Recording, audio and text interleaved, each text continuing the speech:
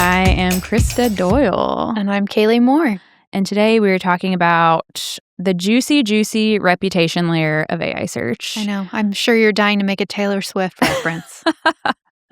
Always. When am I not trying to make a Taylor Swift reference? Really. I'm really excited about this episode. This is the piece I was born for, baby. Yeah. I'm excited for it. I have a lot of questions. Okay. Yeah. I have a lot of questions. I'm going to hold them. I do want to just briefly explain what I mean by reputation layer, in case you're not in my brain. So, You are not, hopefully. So the reputation layer of AI search is, we touched on it a bit in the last episode with you talking about like the reputation engineering and like employee advocacy on LinkedIn. And it's kind of just a fancy term for off-page AEO, or what you might call off-page SEO even, which is making sure you are being talked about the way you want to be talked about across third-party sources that are being pulled into AI search. So if for your queries that you're targeting, if you're seeing, obviously you're going to have your on-page stuff, your own stuff, like your blog, but you also might have Reddit threads. You also might have LinkedIn articles. You also might see Quora. You also might see YouTube. There's just this whole other layer that gets pulled and cited by these AI engines that are pulling from, what is the reputation of this brand? Yeah. What are people saying about this brand? What are people saying about their products?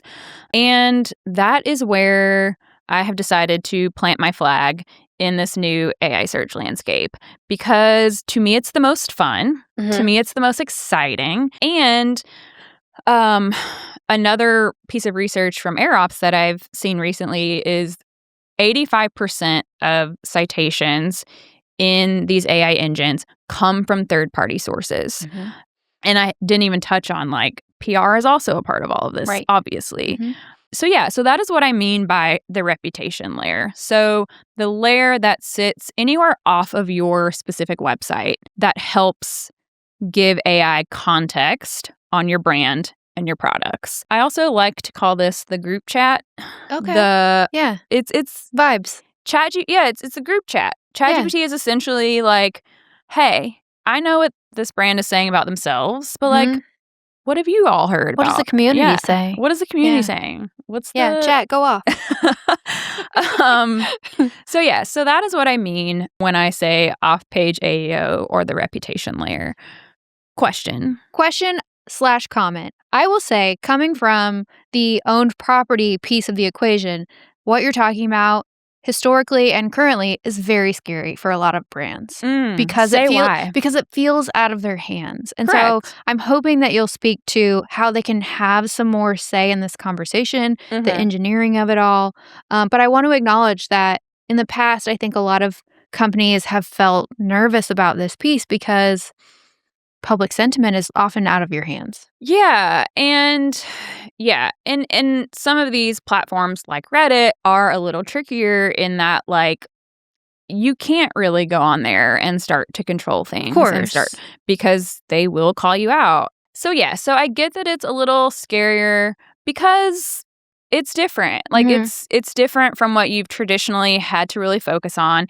And I will say that it feels new, but it's really like, it sort of is just what you were already focusing on in these silos being pulled together. So it is off-page SEO, and it is socials, and it is community, now all kind of smushed together to create this reputation layer. And it's not scary. It just requires somebody to wrangle it all, and somebody who truly understands, like I mentioned in a past episode, the mindset that kind of, the umbrella mindset that encompasses, SEO and brand, because you kind of have to understand all of those things to know when you should be operating on LinkedIn or Reddit or when you Yeah. should be pulling in PR.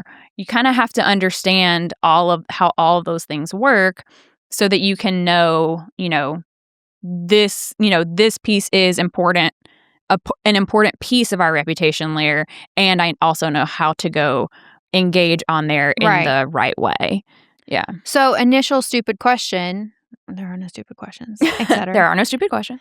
But this to me sounds like the old days. So when I first started freelancing, I did social media management. Mm-hmm. And there was a lot of conversation about you can't post the same thing across every channel. Correct. You need to be channel specific. Mm-hmm. It seems like channel specific expertise is a big piece of this. In the same way that conversation it was true. Is that accurate? I mean, I would say yes, in the sense that you're not going to go on Reddit and behave the same way that you would behave on LinkedIn. Mm-hmm. Or you're not going to go on Quora and post the same thing that you would post on Reddit. Okay. You do have to, it is very platform specific in that they don't behave the same way.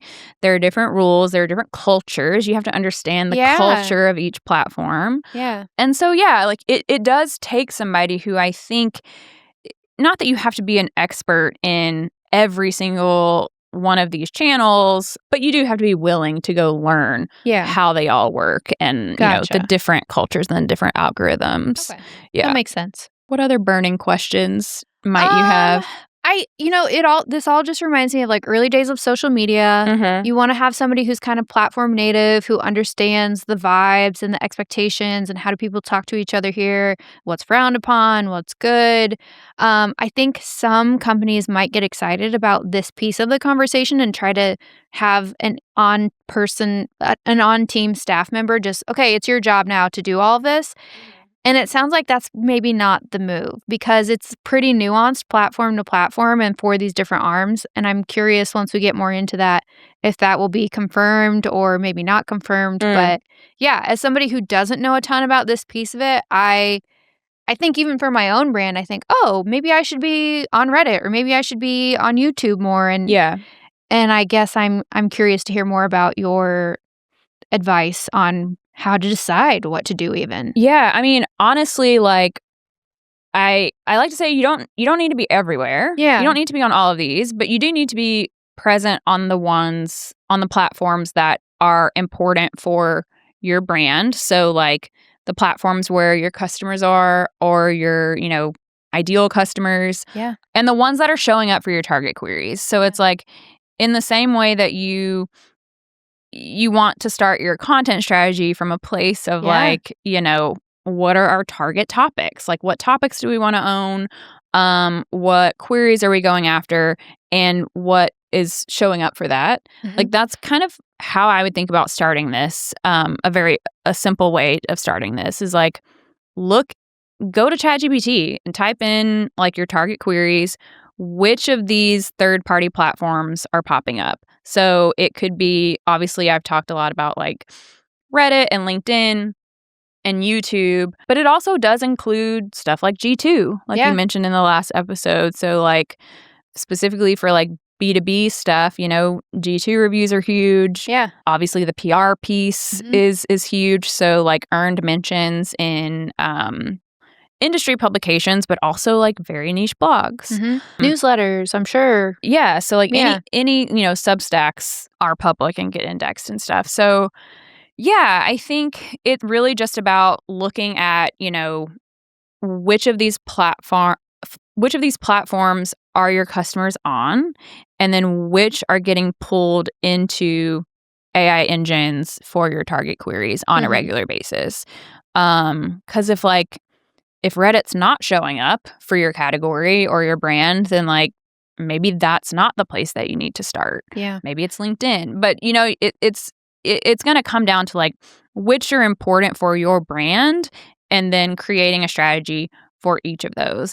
And you might already have a strategy because if LinkedIn is showing up, then you probably have a social media person whose job is to manage your LinkedIn page. Sure. And then it becomes about having that AEO owner on the team who can then go collaborate with your social media manager to make sure that, your strategy includes, posting stuff on LinkedIn that can be cited back in these AI engines. Gotcha. So yeah, I would say that's like a good place to start.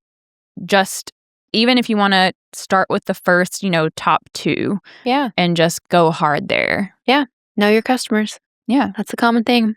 Yeah. That I'm hearing. So this layer, like you said, it is a little scary for people because it's kind of like we don't know how to track that it's working. The attribution's a little weird. It's a little murky in the way a lot of this is right now. And it's a long-term play.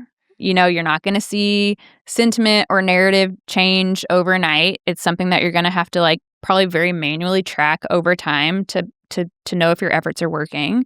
The mistake I've heard people make is that because of these things, because it's like we can control our website way more than we can control this. So we're just not going to dabble in this yet. We're just not going to worry about it yet. That's a mistake because whether you are intentionally participating in this layer of it all, whether you are intentionally showing up on all of these platforms, it's still like they're still building your reputation. Yeah, it's happening. People are still on these platforms talking about you, talking about your competitors, talking about your category, your industry. Your reputation is being built in this layer, whether you are participating in it or not. Yeah. So I hear that and I'm like, well, I want to be part of the conversation well, then. Right. And so that's why I always say it's like either it's going to get solidified with or without you. And so like you kind of need to be playing the game. Like you need to be in these spaces engaging and like building the community and showing up and influencing the conversations because they're happening with or without you. Right. And that's what I tell people who are a little hesitant or nervous about it. Yeah. That makes sense. Yeah. That makes sense. Yeah. And I also think that there can be a misconception about this space where, well, we don't have the time. We don't have the like bandwidth or the team members to like execute on all of this stuff. And so we're just not gonna. Right. And I think that is very like all or nothing. And And a little short-sighted, it sounds like. Short-sighted, again, because this is all happening with or without you. But it doesn't have to be all or nothing. It's like you can pick one of these platforms and engage consistently, 30 minutes a day. Yeah. And that is going to make an impact way more than if you were to like try to spread yourself thin across, 5 of them and not be consistent. So that's my big like pushback on all of this is like, it's scary, sure. And it's, a little bit, it feels like a heavier lift, but you can start small and you can, if you want to start with Reddit, do a 3-month pilot. Start small, be consistent for 3 months, 30 minutes a day, and then see where you are and then go from there. And so, so that's kind of like how I like to help frame it for people who are like, I don't know how to get started on this stuff. Yeah. And again, I think back to social media managing. And again, it's kind of this community engagement piece. I would have to imagine that there's a lot of opportunity for not just brands. I think brands might think about this and think, oh, okay, I need to go into Reddit and start dropping links and blah, blah, blah. But instead, I think there's a real opportunity to be resourceful. And again, these conversations are happening. So if it was me, if it was my company, I would want to participate and again, answer questions or again, maybe not make a hard sell or anything like that, but we know about this subject matter. We know about this topic. We're working to own it. How can we engage here? How can we add value to the conversation? Yeah. And you do see this a lot. Like, again, because this layer of AEO is such a mashup of social media and PR and community, like you do see elements of this already in place. So like we've seen a huge shift on LinkedIn over the past couple of years to like from people going hard on their company pages to now engaging their employees and doing employee advocacy on LinkedIn because of that culture shift that we mentioned a couple episodes ago, where like people want to hear from people. They don't want to hear Not from a faceless brand page. Yeah. Yeah. And so like we do see elements of this. Like you're already kind of doing, like if you have a LinkedIn employee advocacy program or a customer advocacy program, like that is part of this. Yeah. And so there are ways like, you know, to integrate maybe existing strategies, you know, and into your AEO strategy and like ladder up some of those goals to that. Yeah. That makes sense. Yeah.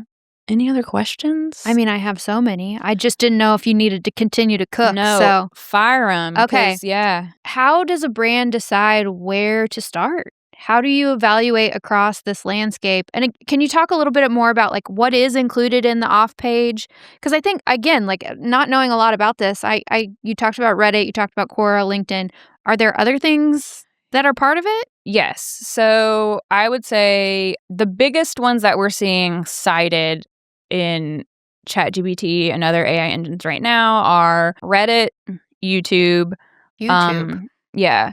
LinkedIn is being cited more and more. We've seen a big increase in the past 6 months or so of LinkedIn being cited. And it started with mostly being LinkedIn profiles, but now we're seeing a lot more like actual feed posts and LinkedIn articles being pulled in. And that's obviously like probably more B2B skewed. Sure. Yeah, like Reddit, YouTube, LinkedIn is worth like looking into at least. And then obviously like earned media, so like any, you know, industry publications that you're being talked about in, any niche industry blogs that you're being talked about in. And I would say it's probably easier to start with the niche blogs since they're, and that feels like a easier, I don't know, just a stronger connection as far as audience and topical ownership and figuring out people who are super relevant to what you're trying to build. Yeah. I would say those are the biggest pieces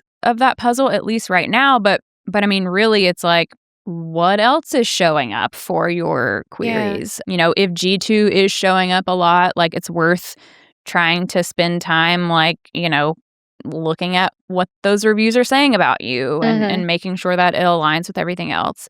So I would say those are the biggest players right now. Other ones, like I've heard Wikipedia, I've heard Stack Overflow. Any like forum or anything like that might also be popping up. So whatever is most important for your brand. And that's really like what I would give the advice. Like you asked, how can brands get started? It's kind of like what I was saying earlier, like start from what is important. Like what are the important queries to you? What queries are you trying to get, you know, mentioned for, and what topics are you trying to own? And then reverse engineering which of these platforms, which of these third-party sources are showing up for this. And then deciding, okay, we're seeing mostly Reddit, mostly Quora, mostly YouTube. Like now let's prioritize testing one of these and going really hard there and seeing what happens. I see. Yeah. Interesting. Well, that one might be too in the weeds for keeping this broad right now. I was going to ask you about the employee advocacy piece. Yeah.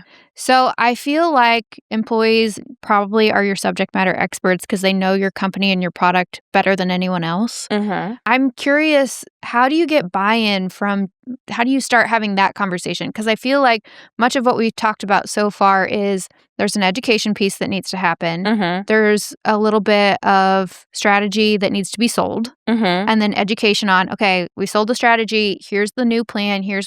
How do companies start thinking about mobilizing their employees as strategic partners outside of their day-to-day job offerings or job tasks that are part of their existing role? Yeah. I mean, I kind of look at that like now I know advocacy can map back to like many different functions. So like advocacy for your community team might, you know, mean something different. But specifically from this like AI search lens of like mobilizing employees to be on these third-party platforms that are showing up in search.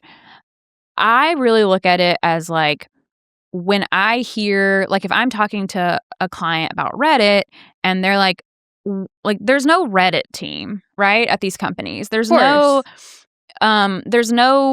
like massive team like waiting to go engage on Reddit. So It's probably the head of growth like, I'm correct. supposed to do it. Yes. And so like we're seeing this shift right now from like the old way of solving for that bandwidth issue was using really sketchy gray hat tactics. Yeah. Mostly I've seen it on Reddit, but you could replicate on YouTube or LinkedIn or whatever.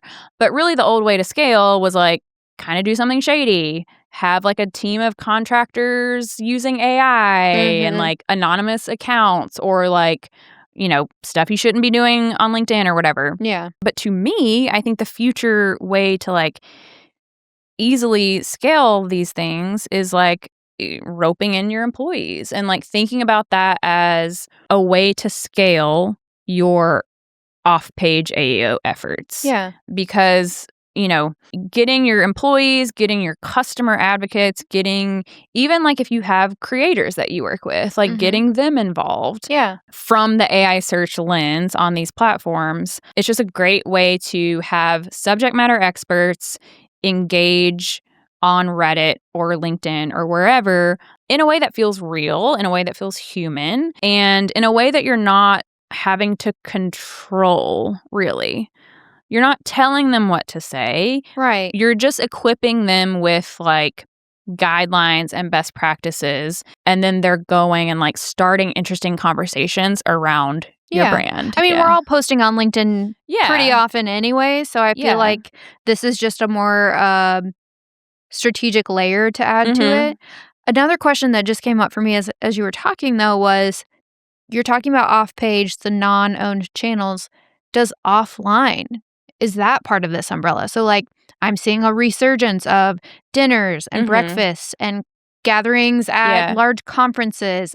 It's South by Southwest, and people are doing stuff all over the city. Do you feel like those efforts can be a strategic part of this work as well? Because it's relationship building, it's sentiment building. Yeah, I think it really depends on your goals. So if we're talking like for the like purposes of this podcast, AI search, I probably wouldn't. That's a little too loose. Well, it's just like I don't, you know, like that's more of like a community thing. Yeah, when you were talking about community, I was like, oh, I wonder if offline ties in. Yeah, so I don't think that's like a piece of community that necessarily would overlap here because, like, yes, events are a huge piece of community, especially now as more stuff is moving offline.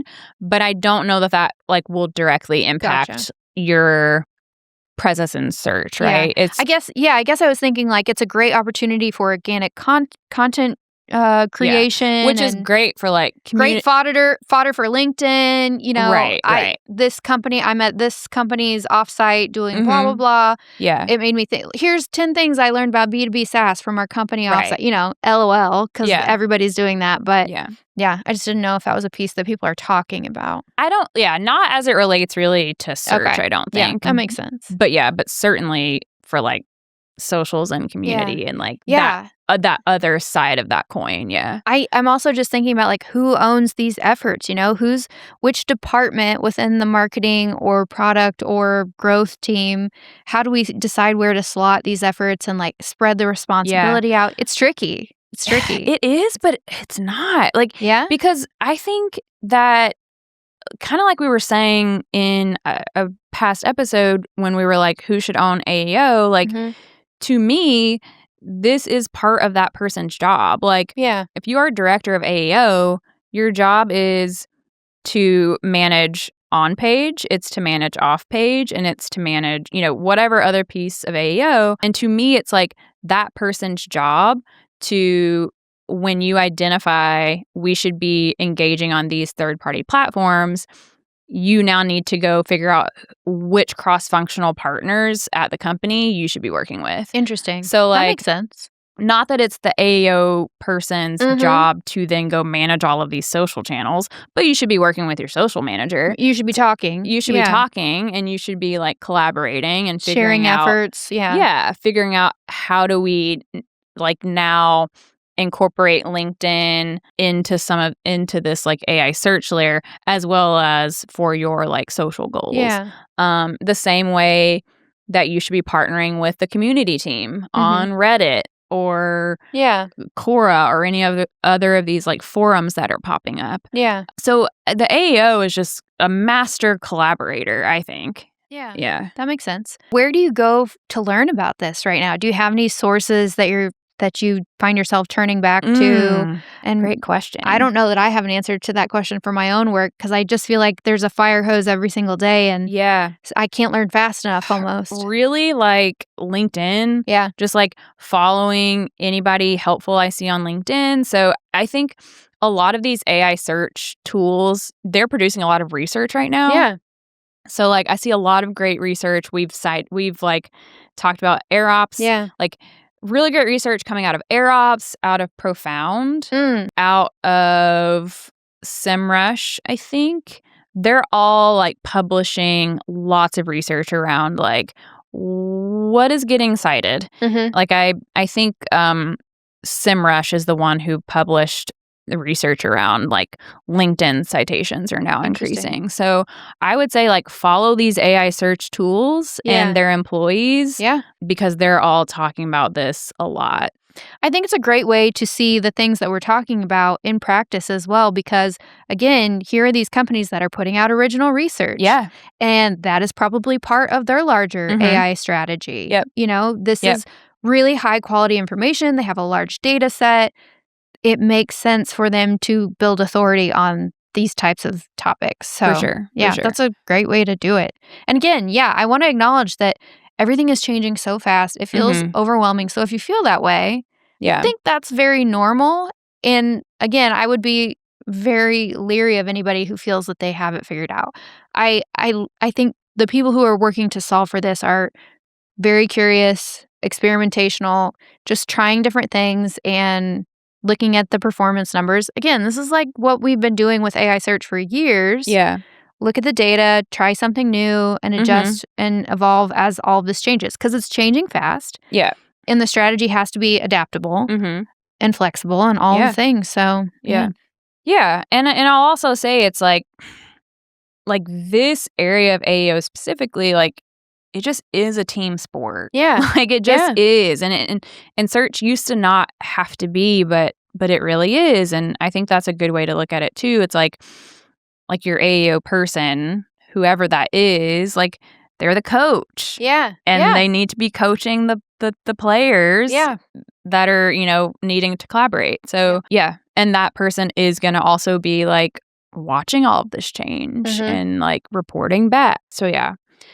Yeah, and I did want to point out a really interesting like case for this layer.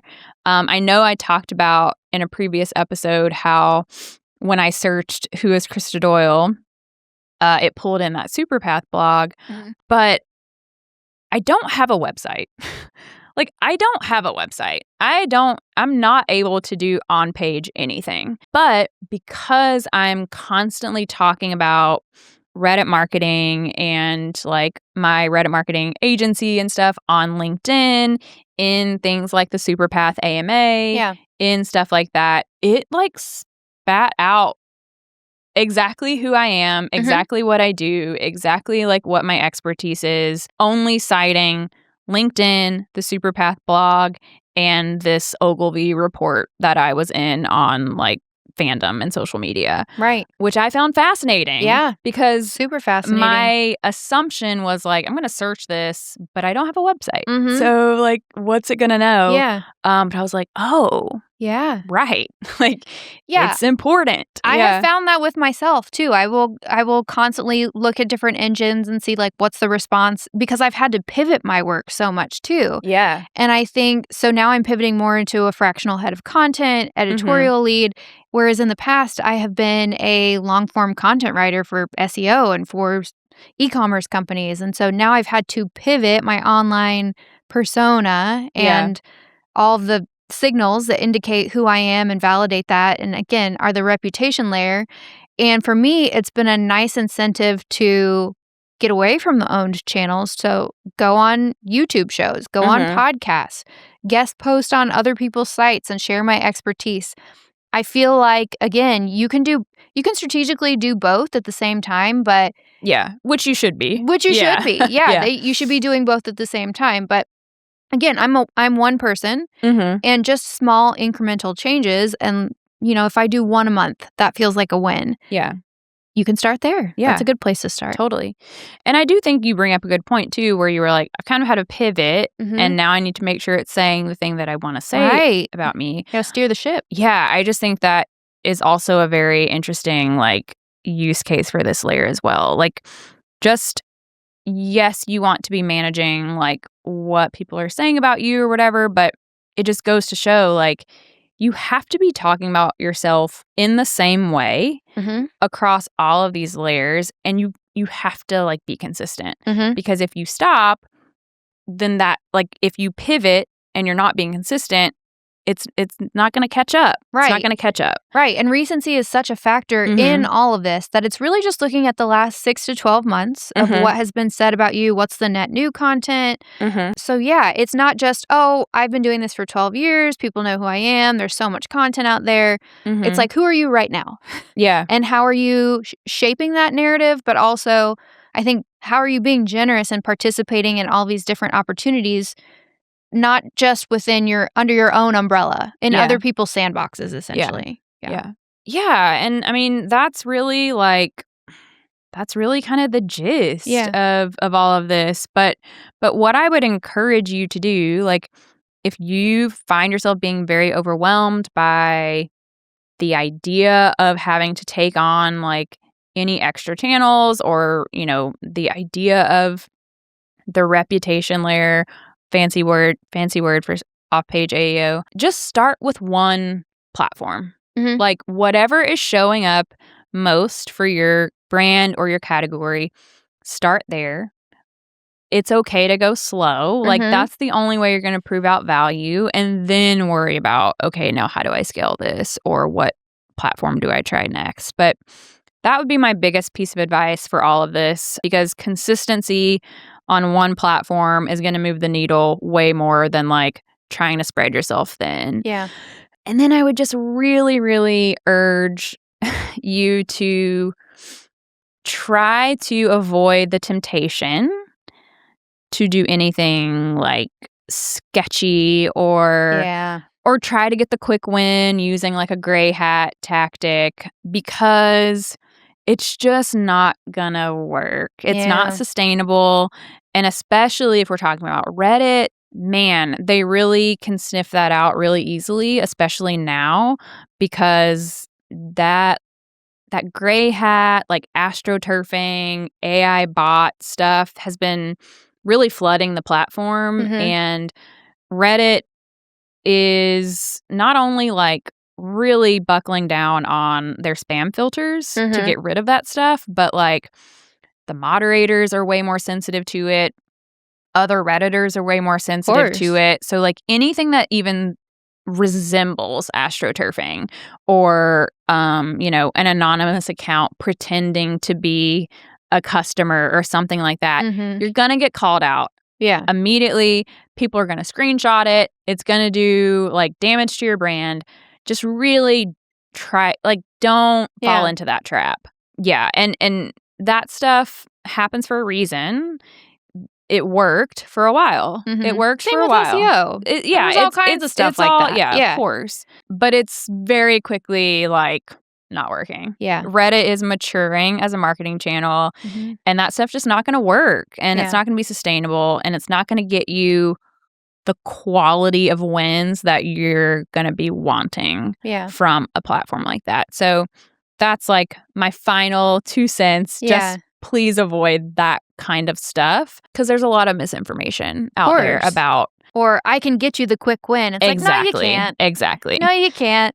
You Yeah. can. Yeah. So, okay, well, I feel like this has been a good kind of zoomed out place for us to start on these two kind of big pieces of the puzzle. For sure. The channels you own versus the channels you don't. Yeah. And I think in future episodes, it'll be very interesting for us to get a little bit more tactical, a little bit more. Definitely. Here are some things you can do to be strategic about these efforts. Here are things that we are experimenting with as strategists, as agency owners. Yeah. Hear what other people we're talking to, other smart people. Here's what they're seeing success with. There's all this new research that is coming out all the time.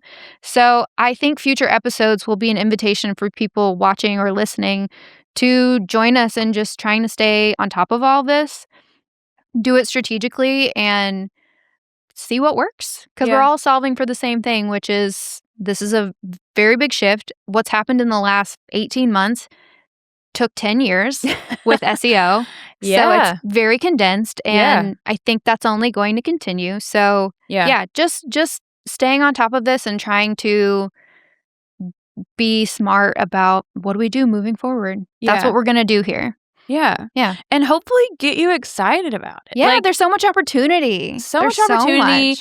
And just the mashing up of like, I don't know. I just find it fascinating that now it's all mashed up from like the analytical side to the like brand and culture side. Yeah. Like the marrying of those two things really just like does something good to my brain. Yeah, it's the way it should have always been. Yeah. Yeah. So I want us to have fun with it, and I want you to have fun with it. And hopefully we can send us your questions. Send us your questions. Yeah, I want to hear questions. I want to know like what you're doing, what you're trying. Yeah. What are you stressed out about? Yeah, like what are you scared of? Who is doing stuff like cool stuff in the space? Tell us your wins. Tell us what's working. Yeah. We're here to learn too, so. Yes. And you can reach out on DM on LinkedIn. Yeah.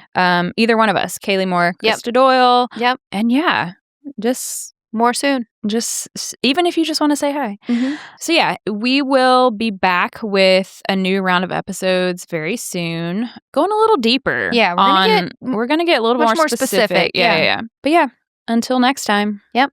See you then. Bye.